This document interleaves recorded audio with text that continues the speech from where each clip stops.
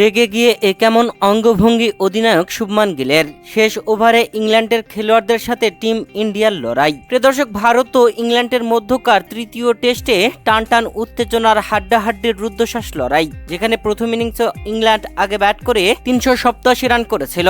এর জবাবে ভারত ব্যাট করতে নেমে 387 রান করেই অল আউট হয়ে যায়, যেখানে তৃতীয় দিনের শেষ মুহূর্তে আর খেলা হবে 2 থেকে 3 ওভার। এমন মুহূর্তে ইংল্যান্ড দ্বিতীয় ইনিংসে ব্যাটিং আসে।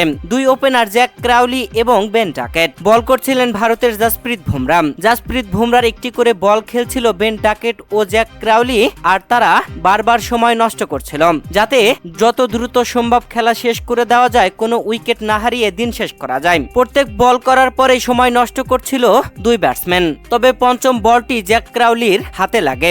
এরপরেই দলের ফিজিওকে ডেকে এনে সময় নষ্ট করছিল জ্যাক ক্রাউলি। তবে ভারতীয়রা যেন সহ্য করতে পারল না। সব খেলোয়াড় যেন এগিয়ে আসতে লাগলো ব্যাটসম্যানদের দিকে। ভারতের অধিনায়ক শুভমান গিল ব্যাটসম্যানের কাছে এসে বেন ডাকেট ও জ্যাক ক্রাউলির সাথে তর্কে জড়ান। এ সময় জাসপ্রীত বুমরা ব্যঙ্গাত্মক অঙ্গভঙ্গি করছিলেন, হাত দিয়ে যেন বোঝাচ্ছিলেন ওটা তো এক্সরে করতে হবে, বড় ডাক্তার মাঠে আনতে হবে। খুবই রাগান্বিত হয়ে গিয়েছিলেন শুভমান গিল। শেষমেশ ইংল্যান্ড সার্থক হয়েছে। 1 ওভার পরেই তৃতীয় দিনের খেলা বন্ধ ঘোষণা করা হয়, যেখানে ইংল্যান্ড দ্বিতীয় ইনিংসে ব্যাটিং এসে তৃতীয় দিনের শেষ বেলায় নানান তর্কে 1 ওভার খেলেই 2 রান করে শেষ করে।